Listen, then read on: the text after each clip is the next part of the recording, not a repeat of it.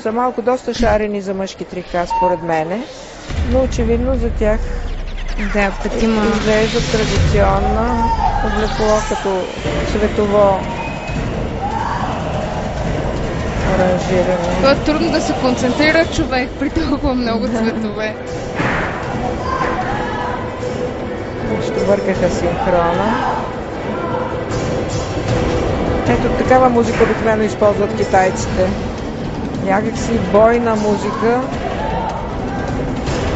тъпани.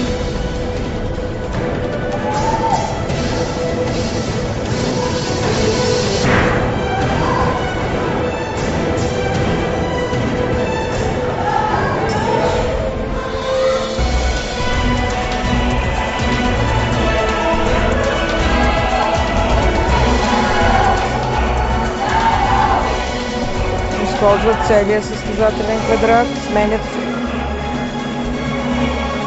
така наречените строеве или формации.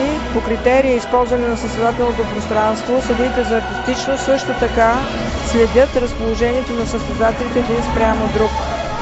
Тоест, те непрекъснато трябва да сменят. Ето сега са в редица. Почти на всеки 8 такта те трябва да сменят формацията, разположението с един спрямо друг. Дали е редица, дали е колона, дали е триъгълник.